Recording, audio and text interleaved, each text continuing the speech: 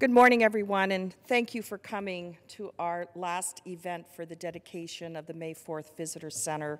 We're very pleased that you came on this very early Sunday morning. Well, I guess not early for most of you, but for those of us that were up late. Okay. I am Karl Barbado. I'm a professor of communication studies. I left the East Liverpool campus on Wednesday after having taught 38 years at Kent State, at that campus, a little melancholy. And as I was walking out the building, a colleague stopped me and said, "Hey, look over there, the lilacs are blooming." And she said, that means that spring is really here and summer's sure to come. And I smiled, but I wasn't thinking of summer, and I wasn't thinking of springtime. I was thinking of my dear friend Sandy Scheuer, who loved lilacs, the smell of lilacs.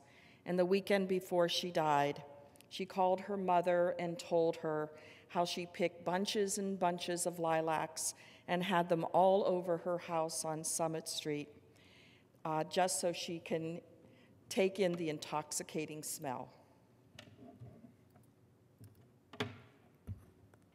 Hi, everyone. I'm Laura Davis. I'm a professor of English, and I'm the director of the May 4th Visitor Center. And like Carol, we're feeling reflective today, and I'm going to start with the kind of reflection that Carol offered as well. During the spring quarter in 1970, I was a freshman, and we were on the quarter system then. I had taken Introduction to Geology in the middle quarter, the winter quarter, and I loved the course, and I loved Glenn Frank, who taught the course so much that I enrolled in the second Intro to Geology course in the spring quarter. And it was in this room, and he would lecture on the stage. He was a big pacer. He would pace back and forth, and he just was an amazing, amazing teacher. One day, I was a very quiet, very introverted person at that time, and I would come in early and take my seat and watch people come in. And one day, Allison Krauss, who was in my class, she came in and she was sort of bounding like a deer. I can't say a puppy because Alice was this tall, statuesque person, so like a deer. And she went up to this guy named Kenny, who had like the blonde Beach Boys surfer cut, and she put her hands on his shoulder, and she started licking his face. And it was just wild. It was crazy. It was fun. It was socially transgressive. It was wacky. It was very 60s, you know. And even though our event happened in 1970, it's part of that period that's called the 60s. And it was just perfect, and it was something that I always remembered. But unfortunately, I had a different memory that would take over within weeks after that. And after the shooting, I was back down on the Commons at the Victory Bell, and people were just numb with shock. And Bonnie Henry, who was a very good friend of Allison and lived in my dorm, walked up to me and said, "Allison's been shot." And I was just, you know, I couldn't even think at that moment. And I couldn't even process who she was talking about. Unfortunately, she was talking about Allison Krauss. And the guard made very clear that we had to move from that spot. We were staging a silent protest against what the guard had done. And we went over to the side of the Commons and sat in rows on the slope, the way that you're sitting in rows now. It was like being in class again, and Glenn Frank was pacing back and forth in front of us. And he convinced us that if we didn't leave the Commons, as the guard was insisting that we do, that we would be killed too. And we believed him. And it was the first time in my life I had ever seen an adult man cry. And he was crying and pleading with us, and he got through to us. It really left an impression. Laura and I never imagined when we were students here at Kent State in 1970 that we would be standing on this same stage where Glenn Frank lectured so beautifully. 43 years later, dedicating the May 4th Visitor Center, it's a dream come true. We thank you all for coming together today and recognizing the enduring meaning and truth of May 4th. You now and generations to come have a place to experience and reflect on what happened on that day, and it's because of the people on this stage with us today. And also a person that's in the audience, Steve Lowery, can wave his hand. Steve is from our fabrication company, ECI, in Columbus, and they took the beautiful design work of our panelists and media producer and put it into that physical existence that is so amazing in the visitor center. So we're going to introduce our panelists. We think fondly of each of them each in their own special way. And we're going to talk about Mike Budae first. He's at the far end of the table. And Mike is our tambourine man. And you can let that song start playing in your head. He's executive producer for G2 Media, which partners with our designers on many, many projects. His documentaries have won numerous awards, and many of his projects revolve around music culture, which of course is an important part of the backdrop of the May 4th story. He produced work for the Ray Charles Memorial Library, the Woodstock Museum, and most recently the just opened Woody Guthrie Museum, and many, many, many, many other projects. We followed Mike, our tambourine man, into the world of media production, which we knew nothing about, and Mike was incredible because he engaged us in this back and forth iterative process, and we just kept working in this collaborative manner until we all felt that it was right, and we're so thankful for him guiding us in that way. When we think of our next panelist, Karl Rhoads, who's right here to my right, at the opposite end of the table, the song "Someone to Watch Over Me" plays in our head. At Gallagher and Associates, Karl watches over the designers and our design. And like our design team, he has a long list of very notable projects, including the Lyndon Baines Johnson Library and Museum and the B.B. King Museum in Mississippi.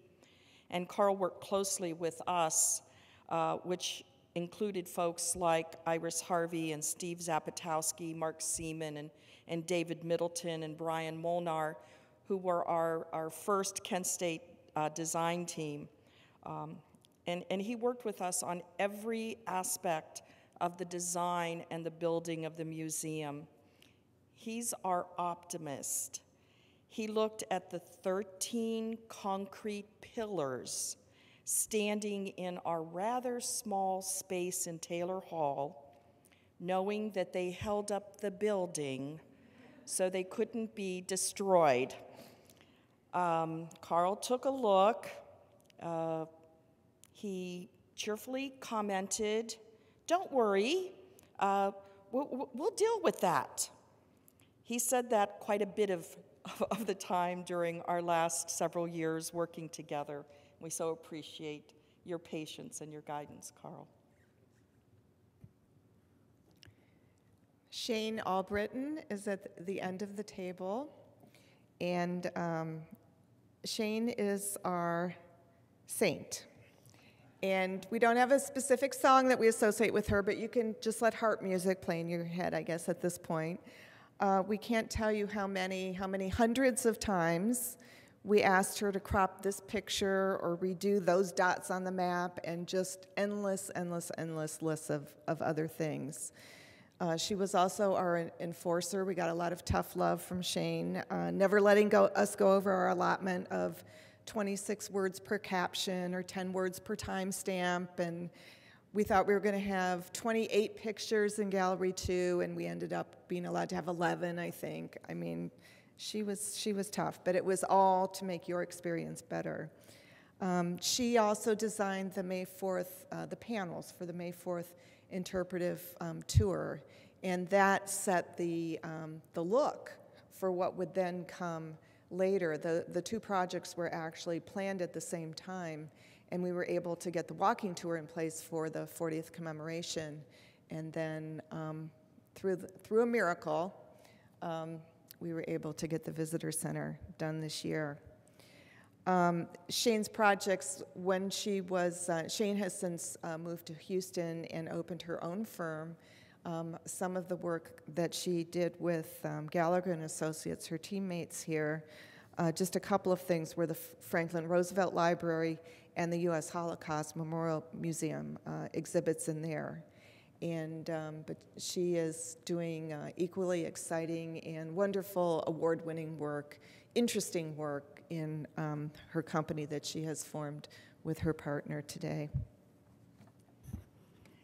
And finally, Sibel Jones, who is to Karl's right. Sibel, you're our Yoda. At Gallagher and Associates, Sibel is principal and studio director. Her design awards are many, and her range of projects are so amazing. From the Mob Museum in Las Vegas to the Normandy Interpretive Center in France, from the Jimmy Carter Library to the Jamestown Settlement Museum in Virginia, and countless more in between, including many in Northeast Ohio. We first met Sibel more than 7 years ago, wise and powerful in the ways of the Force. Sibel guided us through every possible phase of the project, from political climate to the dissolves on the screen in Gallery 2, where you stand among bigger than life-size figures and are transported to the Commons on May 4, 1970. We love them. They're part of what historian Jay Winter, who was one of our consultants on the project, calls our fictive kinship, and we ask you to welcome them here today.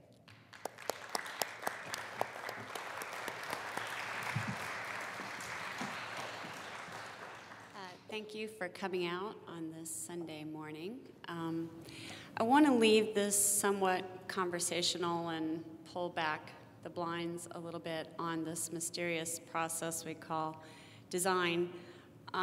Museum and exhibition design, and I have some friends in the audience who I've worked a lot with, is a very organic process. It is a labor of love. It is not a profession to go into if you're looking to make a lot of money and have a big ego.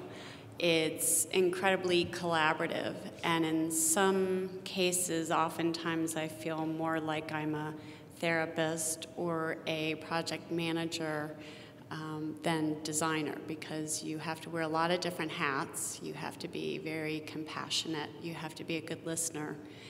And a lot of my role is just bringing us back to that line that leads us to the end goal. You know, our clients have a vision, and it's our job to be the interpreter of that vision. So we got involved in the project. I met David Middleton, who's in the audience. He and I were on the board together for SCGD, and he told me that his students had been working on this project for the May 4 Center, and he wanted to bring them to our office to meet us and let them present their concepts and let us kind of show them what a design charrette is, which is our kind of kickoff meeting to brainstorm. There's no bad ideas. It's really pie in the sky, the possibilities of what something could be. And I told Laura and Carol I was going to say this, but you know, I work on a lot of projects on the front end, and you can kind of look at the percentage chance of their viability, that, you know, you'll come up with a great concept, but in reality, will they get funded? Will there be political support? Will the stakeholders rally behind them? And will it actually physically be built? And on a scale of 1 to 10, 10 being that it would be built, this project appeared to be about -2 or something like that. It didn't have a physical location to really be. They wanted it to be at Taylor Hall, but there wasn't really a museum exhibition space. It had Laura and Carol, these diligent, passionate professors who believed so much, but I think they had been trying for so long that their voices to others seemed like, well, here we go again. We've heard that before. And I could see their, the sparkle in their eye. They were determined, and they faced a lot of naysayers, but I really have to say that if it weren't for Karl and Laura, this would not have happened. So I just want to give them a big round of applause, because they really were up against all odds. So I became involved, I guess, about 7 years ago, and we had an initial charrette. We came up with some concepts early on, but the issue was the physical space. I mean, certainly this was an important story. It needed to be told. They hold a class annually about May 4th for the Kent State students. People will see the sign for Kent State and they get off of the freeway, and there was no there. There was no place for them to come and experience Kent State, what it was, what its meaning was, what actually happened. And so there was this desire of having a destination, of a connection to the physical place that would transcend kind of history. And so we ended up getting a small space in Taylor Hall. If you haven't been there, you should go after this event. And this is what it looked like. It was basically a classroom and several offices. And I think, Karl and I went and toured there, and it was like, really? Really? This is going to be the space. And I remember discussing with some of the people at the school, and Iris, I said, geez, can't they get a little more space for us? I mean, couldn't we just get a few more classrooms? And I was so unhappy to hear yesterday that now they are moving those classrooms a year later, and we could have had that space. But sometimes when you have a really constrained environment, it means that you have to work that much harder to really drill down to the essence of the design. And so that's a lot of what we had to do, was really that we could tell a lot of stories, but we had to determine what the right stories were to tell. So we're going to move into a section talking about what all of our kind of early inspirations for the design of the Visitor Center were, because I have to say this project was very special for me personally, because the team of Karl and Shane and I, there was an amazing synergy that we had. And we kind of, I don't know if I verbalized it or not, but I said, we are going to make this the best little gem of a project. It's so important. And so we did. We kind of put probably a gazillion more hours than we ever could have billed for, and we suffered over the details. But I'll turn it over to Karl. He can talk a little bit about kind of what inspired him at the beginning. Sure. I actually had the opportunity to walk the campus site, and to back in, I think it was 2006, way before I was ever involved in the project. And I visited the memorial, and I visited the the parking lot and the locations where the shooting happens. And I had the same questions of what happened here. And I didn't know the answer at that time. I knew of the shootings, but I wasn't that well informed. So when the opportunity came around to actually work on an interpretive center here, I thought it was a wonderful opportunity. So I was very interested to be involved. But from the very early parts of the conversation, there was many years of dialogue, but there wasn't a design yet. The things that kept coming over and over was the idea that we didn't want to sanitize this discussion. We wanted to show all, opposing viewpoints throughout all the galleries. We didn't want to draw conclusions. We wanted to let visitors come up with those. So that was the first idea that was really important, that we wanted to spread through all the galleries. We talked a lot about, when we started talking about the physical space, how do we want to handle the moments of the shots themselves? What is it important to set up the context for those shots, and then where do we want people to be when they experience that, because we knew it was going to be an emotional moment. And we went through a number of different options in the design where we looked at different ways to do that. And then I think another thing that came back was that over and over was that the campus itself and the site itself was an extension of the center.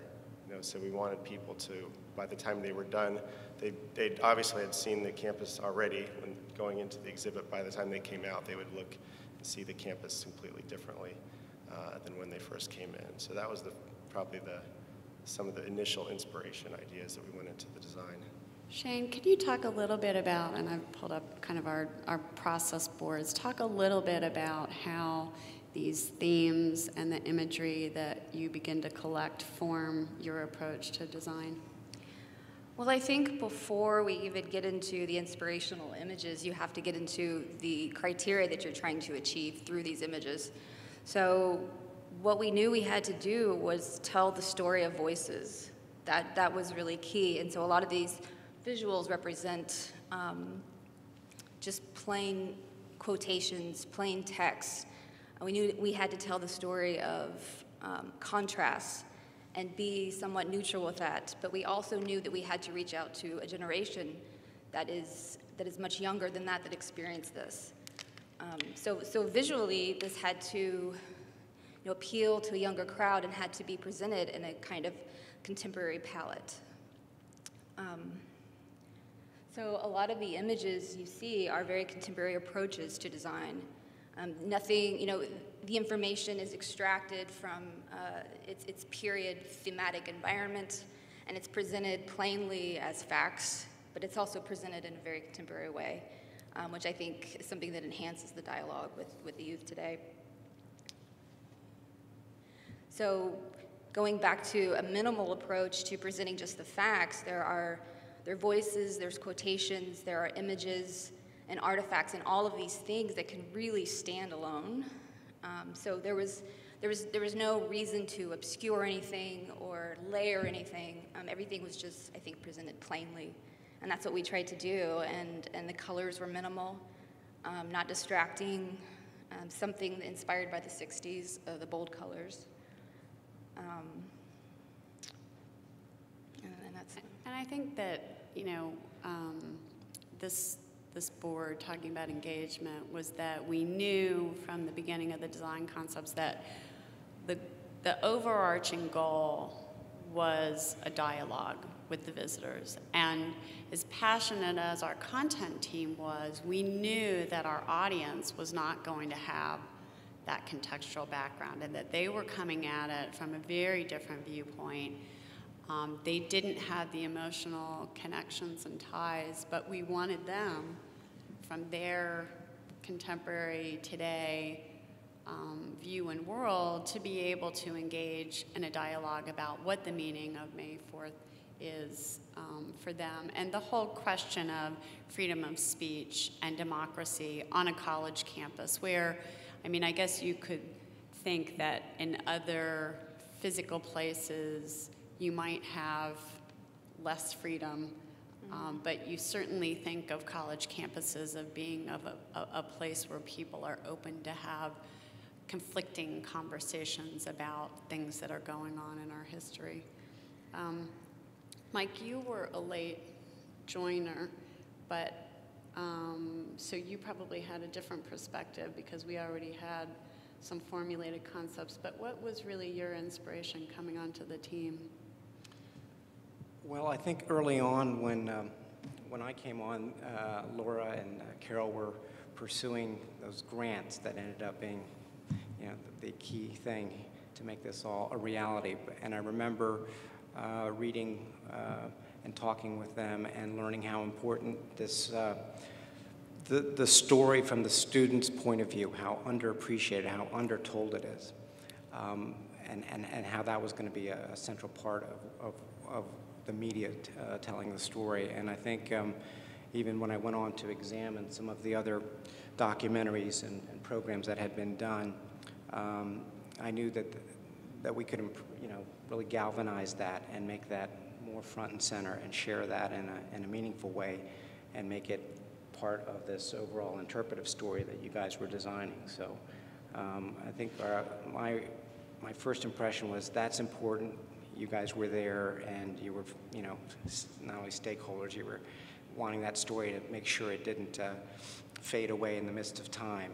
needed to be conveyed, and so I remember feeling very moved by that early on. Yeah.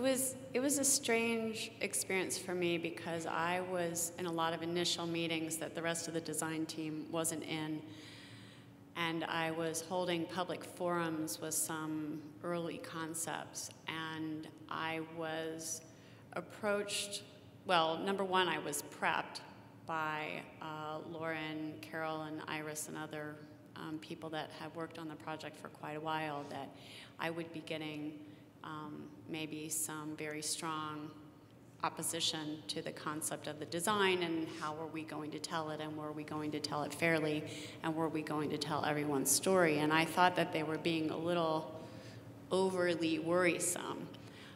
When I started attending these meetings, it became very apparent to me that there was still this very large wound and unresolved issues around May 4th, which was strange to me because I've done a lot of projects on civil rights and the Holocaust, and I had a conversation that night when I got back to DC with my father, who had grown up in Lima, Ohio.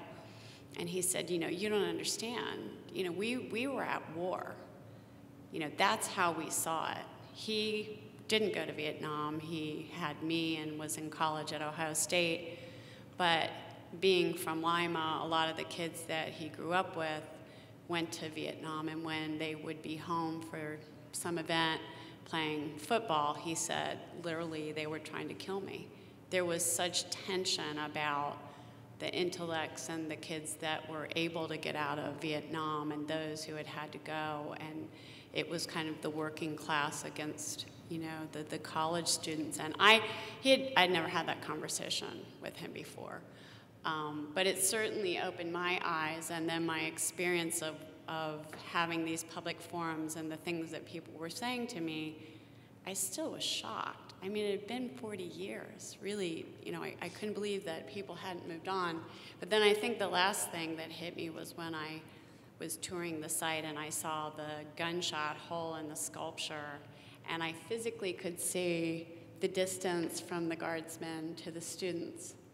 And I had 2 daughters in college, and I just thought, you know, how could that have happened? It just seemed ironic to me, and that the fact that people were worried about doing a visitor center about it seemed ironic. So I think it just, beyond being the lead designer on the project, it really gave me momentum that this had to happen. That negative 2% chance had to move up to a 9 chance, and so we kind of moved forward.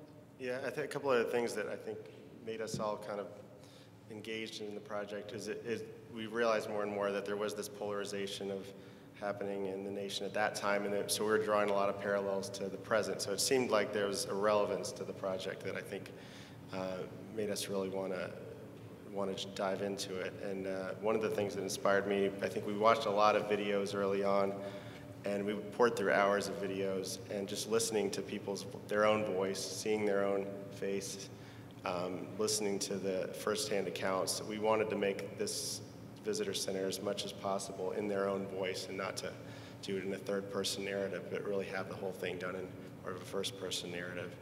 And then as we got a little deeper, I think that then we realized how passionate Laura and Carol were. I think we drew a lot of energy just from working with them, and their passion and dedication just made us even more excited to keep pushing things forward. And so everything became a negotiation, and I learned very well, I don't know campus politics, but I learned that there is a such thing as campus politics, and just to get the physical space, so you can see what we were proposing, the very smallest plan would be about 1,300 square feet, which is like, what, a small apartment. The middle plan, Plan 2, which was 1820, which is what we ended up with. And then this was our hope and dream, which now I find out we could have had. But it's kind of, again, strange because, you know, they give so much space for so many different things on a college campus. And it becomes this very, you know, battle of kind of who's getting what space for what purpose. So we ended up with the compromise, the middle space, which wasn't the smallest and it wasn't the largest. So you want to talk about how we kind of came up with the layout? Sure. Well, I mean, the first thing we do is to kind of organize all the different dialogue into little different bubbles of zones of the exhibit, apply it to the space that was selected, which was the 1,800 square foot, and try a bunch of different arrangements of how do we want to move through this space, how do we want this story to unfold, how do we want people to enter and exit. We did numerous versions. This is the closest to the final version, so I didn't include all of them. But you can see how we're saying, well, where is this going to happen in the experience? Where is this going to occur? What are we going to do after that? What are visitors going to be thrust into at this moment? And that allowed us to kind of talk through all the different things and work through a lot of the ideas that would eventually become reality in the space. And the next slide after this, you can see how this was the first sketch of the first version of the floor plan. So we decided, okay, we want to enter this space, have a setup. We have a very strange column configuration that we had to work around, and I won't bore everybody to talking about columns, but it led to the idea of having a sort of a skewed box inside of a standard rectangle, which created kind of a funnel. It sort of funneled you into the 60s and then down into this moment, which was the Nixon's announcement of the invasion of Cambodia, which put you into the May 4th theater space in the center. And then immediately you're kind of thrust out of it into the aftermath and confronted with the campus again. So that's the evolution of the floor plan as it came to be, starting off as just bubble ideas and eventually, turning into real architecture. Yeah, this is the most difficult part of a project. When I was working on Normandy, we were able to synthesize the project down to competence, courage, and sacrifice. And it seems so easy, but it was the same issue for Kent. What would these kind of key moments be? So we start out with what was the context of the times, what was going on with social justice and the generation gap and this anti-Vietnam War movement, the civil rights.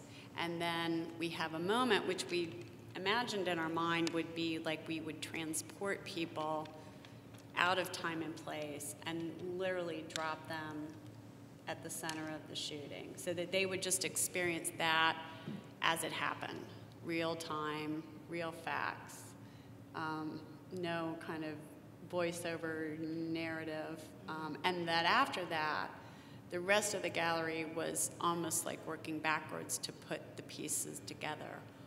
Why did that happen? What was the response? Who was right? Who was wrong? What were these issues that people were having over what justice was served or not served, and then what was the outcome of that?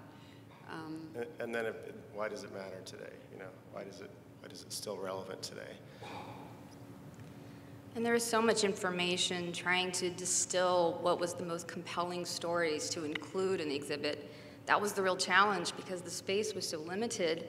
And as Laura and Carol alluded to, we had to be drill sergeants and say no a lot. And there had to be a lot of editing because the last thing that we want is for any information to be diminished in any way. So we want people to walk through this and be able to absorb what they're reading and have a takeaway and remember what they're seeing. So it was really like a puzzle. It was like limited space, we have a puzzle. If you want to add another puzzle piece, you're going to have to take one out. So there was a lot of back and forth there, and it was certainly a bit of tough love going on.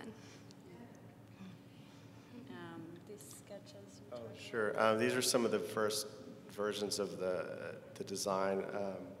This is a sketch of the theater space itself. We wanted it to be basically a black box void environment, so it was completely separate from everything around it. But you got a complete kind of minute by minute account of what happened on that day. And then of course it was the film being the centerpiece of that space. But here's a sketch, a first version of Gallery 3, where we wanted to incorporate the reactions people had. And we also wanted to say, well, these are the national issues, but we also need to bring in local voices. So we explored a number of different ways to how do we merge national and local stories. We did that in the first gallery, and we did it again in the third gallery. Actually, we did it in all three galleries. But we said, oh, okay, well, it doesn't really make sense to go from local to national. We need to mix it all up. We need to put it all together because it really isn't a separation. things that are happening nationally affect things that are happening locally, and we felt that, it didn't seem to make sense to divide them in that way. So we ended up just putting them all together to a big pot. And I think there was a lot of back and forth, particularly with, the president of the university and with Laura and Carol and our team about the uniqueness of Kent versus the universality of what was going on at Kent. And so trying to balance that the nation was in turmoil and Kent was almost a microcosm or a lens to view that,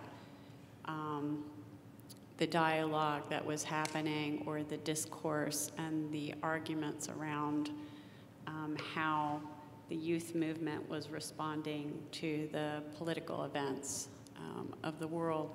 And so we were very mindful of that balance, of the voices, and who was our narrator. We didn't want it to be Kent State said, this is what's important about these pieces of history. We had to be as democratic and equalized, which is very difficult because people have very strong opinions about this. So we thought if we just let the voices tell their own story, we can just present them so that the visitor is almost in this cacophony of dialogue and they can kind of determine which voices and how they feel, who they align their concepts with. And we have this example. So this is the aftermath, and this is representing the voice of the many. And without anything standing out, I mean, it was obviously happening simultaneously, and we wanted you to get that sense. We wanted you to be overwhelmed and understand that this dialogue was happening globally, locally, nationally, intimately. So, we have newspaper clippings from all around the world, from the nation, extruded from the wall, coming at you in all different perspectives and angles. So it kind of forces you to confront, you're kind of confronted with what the dialogue that was happening and the outrage that was happening. And another thing about this one, I put it in here, this is an early version of what came to be, but how much do we tell the story of the students who were shot? And that was a discussion that we had a number of times. And if, there is a memorial, this center is not just about being an extension of that memorial. So but we felt it was necessary to acknowledge the students and tell their story. So this was, and earlier on we had a whole, do we need a whole dedicated area to them? But it turned out to be that we incorporate into the media and we incorporate into the headlines and things. So their voice is there, their story is there, but we didn't want it to be a shrine. And it was important that the larger issue is the long-term impact of the shootings. So Mike, how did you deal in a very tight space with some of these media concepts? I think this one shows the context of the Times area. Yeah, so the Gallery 1 obviously was essential to convey what was on the airwaves and on the radio and on television. Obviously, the Vietnam War appeared on television screens. That was noteworthy in the 60s. So there was a diet of that, but also the struggles and the news of the civil rights movement. And then on the entertainment level, to be able to show the contrast, the generations between Sinatra and the Smothers Brothers all sharing the airwaves. So we knew that having a sort of randomized sense of all this kind of media and all these kind of events rolling on the 3 television screens as you walk in Gallery 1 would help, again, fortify that sense that there's a lot going on from different points of views, that it's sensory overload a little bit, yeah. Yeah, a little bit of that, and it's certainly dynamic. You can't help but remember that if you experienced it, and if you're coming on it for the first time, especially younger folks who weren't around back in that time, you get a sense that these were dynamic times, that there were many voices, many different events that would, of course, shape and affect how you view the things going on in the world. Yeah, and this also was the first time in our history where media became a catalyst. I think when in working on the project and seeing these images and listening to the sounds just in our office, you realized how contrasting these images were, from, you know, a colored entrance to, you know, Frank Sinatra, or, you know, the things my grandmother watched versus what my parents watched, or, you know, and this was all happening at the same time. It's almost if you stepped away and you didn't have any sense of what was in what time, you would never say that they were all occurring at the same time. So I think it really captures that, particularly for people that didn't live through it, but even for us to remember that, how conflicting that time was. Yeah, it's funny. I mean, we say, well, why was it important to put, you know, Rocky and Bullwinkle and period TV ads? But we felt that it was all important. You know, these things were all happening at the same time, and we really wanted to give a flavor of the era. It wasn't all national issues.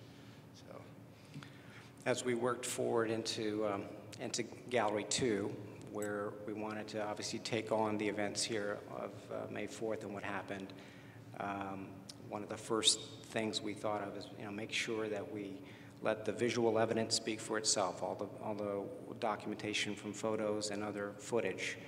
And one of the things I kind of had to wrestle with first was sorting it out myself, not being familiar with the campus and the various points of view where these films were taken or whatever. So I think we had to sort through and make sure we understood more precisely what we're looking at, and so that we would use the right pieces that were really true visual evidence to tell the story. And one thing about providing all this, you know, extra context of commercials and the zeitgeist of what was happening at the time is another way to relate kids today to what was going on. And so they can see this and think, well, this is kind of what's going on today. This really wasn't that long ago. You know, I'm experiencing some of the same things. I have opinions. I have friends who have different opinions. And the dissent is still happening, and the conversation is still happening, and we're really not that different. What you're seeing now, this is the evolution. This is the final design of the space as it was built. So we eventually turned all these loose ideas and concepts into an architectural space, as well as individual elevations of each wall. And each of these were poured over and evolved with the help of Laura and Carol, and also with the exhaustive media research as well. And Shane, talk about the Polaroids and just this wall. This is the context wall that you enter into. You know, something that's actually pretty beautiful about the Polaroids, and you know, this conversation of trying to keep this neutral tone in the conversation. The Polaroids, you know, embody the 60s and the 70s. They were popular on both sides of the aisle. They were popular with everyone. And so when we asked the public to submit their Polaroids and pictures of them growing up and goofing off and being teenagers, being parents, they were just a collection of people. They weren't on the left or the right, for or against. They were just a collection of people. So it was kind of an interesting neutral point that tied everyone together. And talk about the importance, the flip side of this wall. So you have a lot of images that aren't denoted as particularly special. The opposite side of the wall, you only have 6 images. Talk about the importance of photography for this. The photography, I mean, all we really needed to do was find a way to display this information as simply as possible, because the images literally tell the story. I mean, they almost don't even need captions. They're so iconic. You can look at the image and you can feel and you can see what people were experiencing, what was going on. So we have, you know, this hallway, and there's a contrast each, a generation gap. There's a contrast of parents and what they were doing in that age, and the kids and what they were doing, and this was happening simultaneously. And I think that's a really powerful contrast to understand that that's the push and pull of what was happening at the time. And so we have that, you know, going down the hall, these iconic images versus deeper stories that you can dig into. I think it was a really elegant solution because you can see everything, you can explore, you can discover things you didn't know were there.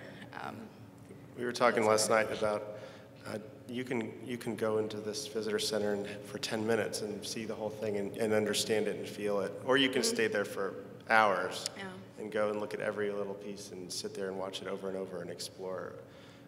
So it's really, we wanted people to get it, whether they had the patience and the time to stay there for a long time or whether they didn't. So. And talk a little bit about, you and Mike can talk about the creation of the Central Theater and just the integration and kind of trying to achieve a seamless experience. Well, we wanted the video to be large enough that you really felt like you were part of that crowd, that you were standing on the Commons yourself and you were on the campus site at that time, because the idea of the film was you were going to be on campus that day of May 4th. So the scale had to be big enough to do that. But the room and the exhibit size of the space itself was very prohibitive, so we had to look at doing seaming projection. We had to look at doing short throw projectors and things like that. So it's a number of hardware issues to overcome, but I think the end result really worked out well. And we had an opportunity that only really Mike could carry that torch, which was to really break down the events in a kind of no-nonsense, here's what physically happened. So talk about the animation project for that film. Right, so again, the recipe, knowing that we were going to make in 10 minutes use of all the visual evidence that has been seen and documented. But the one new thing that we thought we would add a little bit, and again, this was coming from my want to orient myself and understand what am I looking at and how did the events unfold. Since the site became part of the National Historic Register, the actual space, the dimensions, the whole land that's being recognized on that registry actually gave us real coordinates, mapping coordinates, that we were able to take and then put that into our 3D modeling and then build, in effect, the space of the campus. And we thought that that would be not only interesting, but it would really help spatially understand where people were, where were the students, where were they being forced, where was the guard moving, and as the events unfold, use this as extra new information or new perspective, because as Sibel said earlier, when anybody walks the space, it's a whole other thing to really take in and acknowledge what happened. It happened here, and they shot where, and so we wanted to incorporate a little bit of that in the film without turning it into an animation, but the idea was, does it help you to connect the bits of visual photos and things as well as this narrative? So the idea was born from that want to orient everybody. So we incorporated that along with other, the date stamps, the time stamps, the first-hand narratives, and just, again, make the story tell itself in very plain terms and just help it along and then orient every now and again this thread of animation when particular events unfolded. Yeah, I think it's funny because I know Karl and I were very nervous about the animation. We knew it was important, but how would it look so that it didn't become distractive to the narrative of the events? And this is where design is so critical, having a lot of dialogue back and forth, just to the color, when the guardsmen turned, how did they look? Did they have human form? Were they cartoonish? Is it too cartoonish so that it looks silly? How do the real, like this is a great example of the real photography versus what's happening with the modeling when they're working simultaneously. I think it was very successful with the kind of graphics which highlight kind of these key elements which are a little bit subliminal as you're hearing the story narration over that. But it was a very time-consuming process. This is a good example. Mike, if you want to talk about how that kind of animation. Right, so again, wanting to be accurate and precise and not portray something, as she said, cartoonish or things that would start to take you away from the fact that we're using real factual evidence here. We went with a very neutral form, just white outline shapes. We didn't want to have to get into, was this soldier pointing the rifle this way or that, but knowing where their positions were, and then being able to move the animated camera around so you could appreciate their point of view, and when they got to the top of the hill, that vantage point, the high ground, and then where those shots went. As you could see it on the walking tour map, we saw that. We thought we'd incorporate that, because when you really take in the fact that that's where their bullets ended up traveling. Those are the people they had 750 feet. feet I mean, away. I think this shot alone is just so moving. And it's hard to do that any other way. I think even when you say 750 feet, people don't really understand what that is, but you look at the scale of the people in the cars where the furthest student was shot. And I think another important thing working through the film was that everybody we heard from said that nobody thought that the National Guard were actually going to fire. They thought it was just a show of force. And so the moment when they actually did fire, I think was just so, nobody expected it. And I think that to try to create that in the film and, just that sense of being there, and then the moment when it actually happens was just so shocking. And I think that we worked very hard on how to do that. And I think using Mike the did a real great job. audio. Yeah. I would say also, real quick on that point, that was one of the things I learned with every film or project. There's certainly things you know, but certainly things you learn. And we tried to carefully point out that the Guard leadership, Canterbury and Fassinger, were right there with that line. And when we started to see them, we tried to make sure that was right there in evidence. That was, I think, underappreciated in some of the stories that I'd heard before, or other tellings of that. And when we saw that, we were careful to make sure that came out, or it's there to be seen. Shane, I know you did a lot of different iterations of this last area, which was individual reactions. So what process did you go through as a designer trying to work through the right way to balance these different voices? Well, I think this is, it's a contrast to the newspaper protest aftermath wall, which is a cacophony of voices and all these visuals happening at once. And so we went from the voice of many to the voice of few to around the corner, your voice at the media station. So this needed to be an almost reflective space, somber space.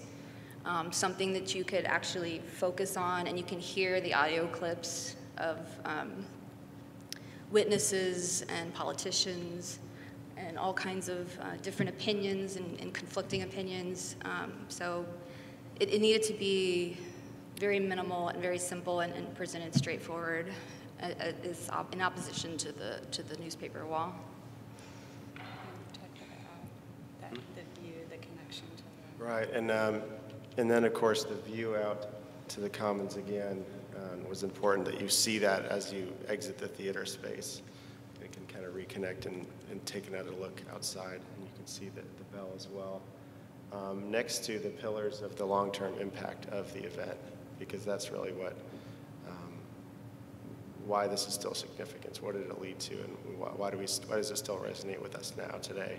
So Shane's right, we wanted this area to be as stark, as simple as possible, so not draw conclusions, but just to leave it as open-ended as possible and let people come to their own conclusions in this space. And then the last media piece, Mike.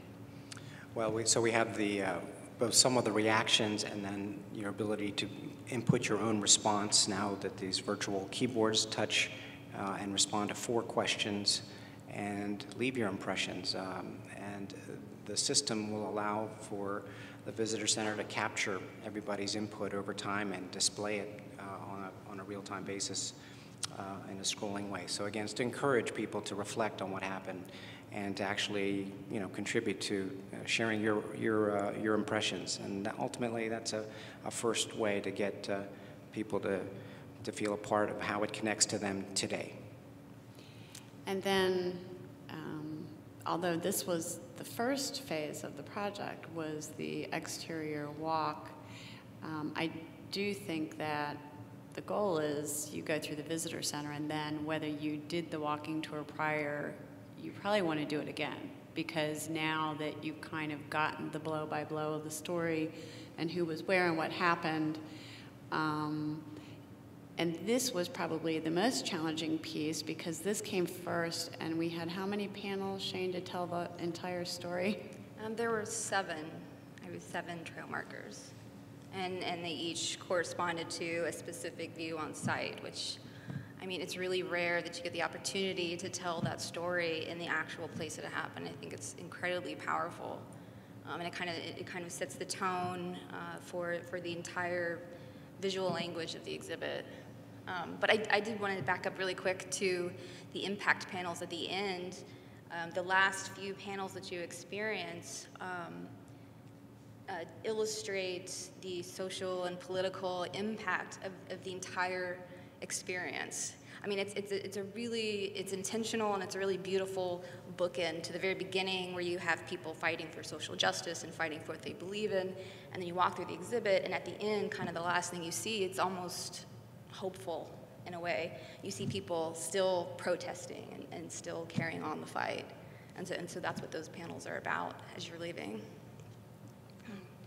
So we're going to work towards wrapping up. I guess what I'd like to do is allow each of the designers to talk about kind of what impact it had on them personally. I mean, we deal with a lot of emotional and difficult subject matter in our practice.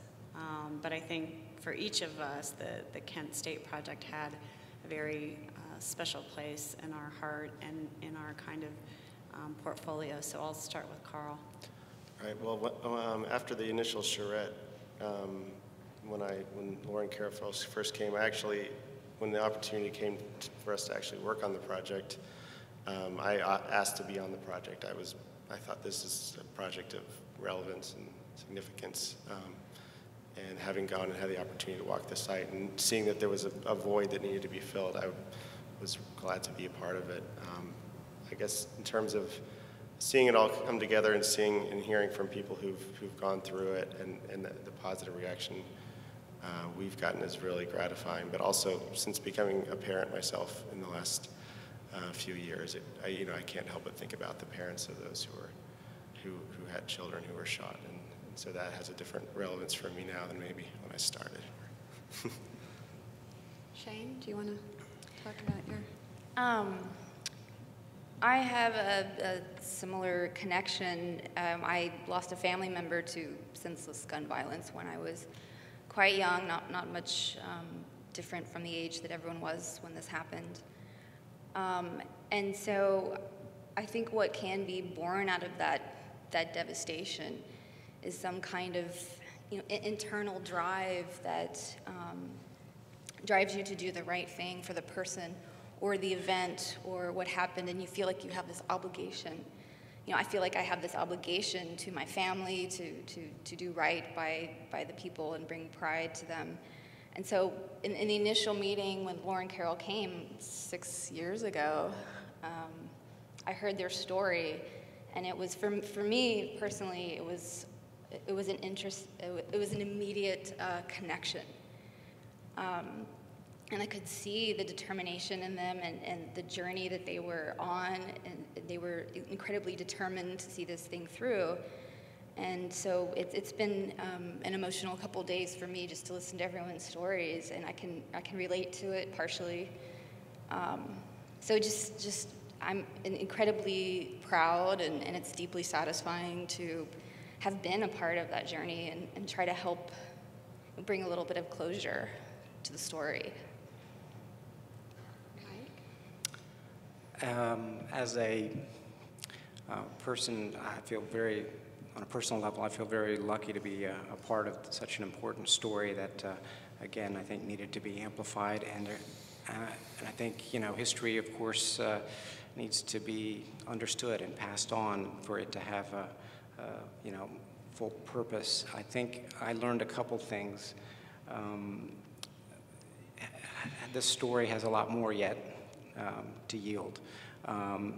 Certainly there's more scholarship, more evidence, more things that are still out there to be told. And the film, the 10 or 12 minutes that we had in the film, I feel very happy to be a part of. It was a very big collaborative effort to get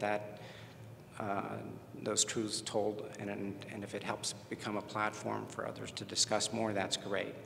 I can also tell you that I had the chance to interview David Crosby and Graham Nash, the singer-songwriters who helped sing some important songs, none more important than Find the Cost of Freedom, and then their other partner, Neil Young's song, Ohio, which has immortalized this story. But I interviewed them last summer about this and gave them the invitation from Laura and Carol to even hopefully join at some point again in the future to be a part of Kent State.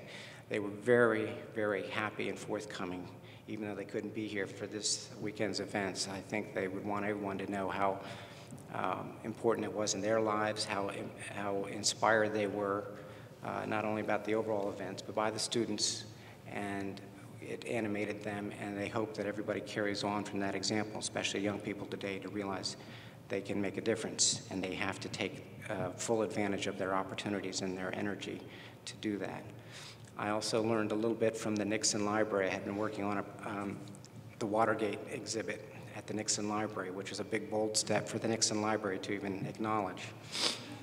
I couldn't help but take that opportunity and inquire, do you guys have any audio tapes from the Oval Office? What happened that day on May 4th?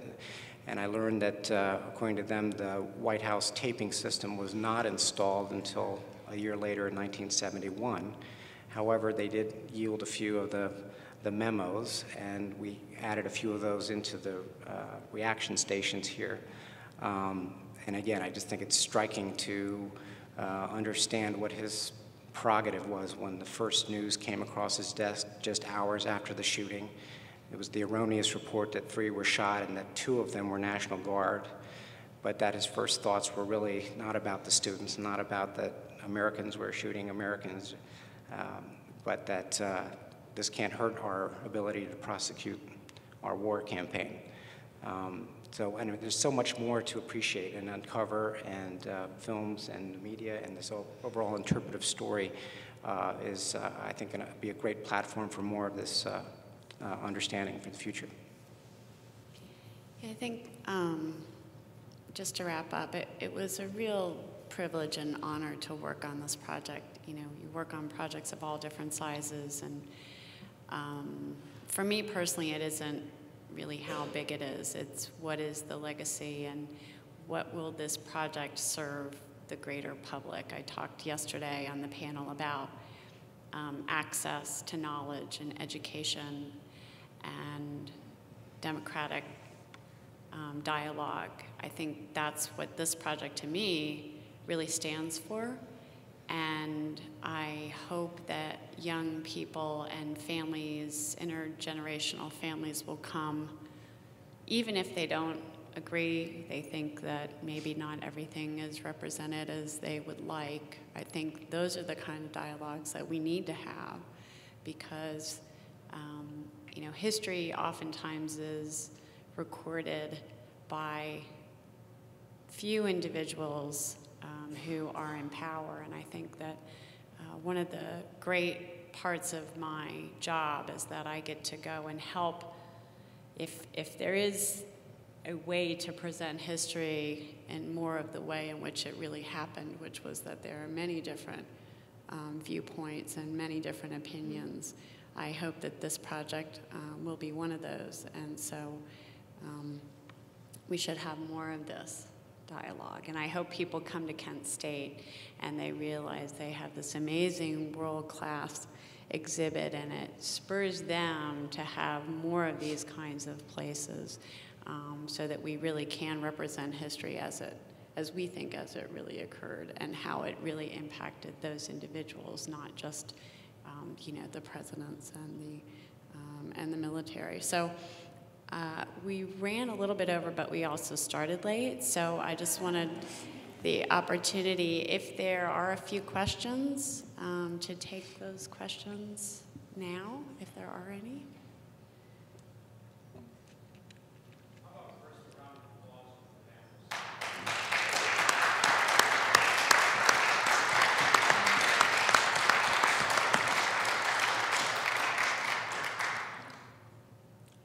Okay, well, if there aren't questions, we'll end this session, and you're happy to come up if you have any one-on-one. And also to Laura and Carol, is the visitor center open? Yes. Okay, so if you want to, so it's open now if you want to go over and visit. And again, thanks, Laura and Carol and David. Thank you. Thank you. Thank you very much.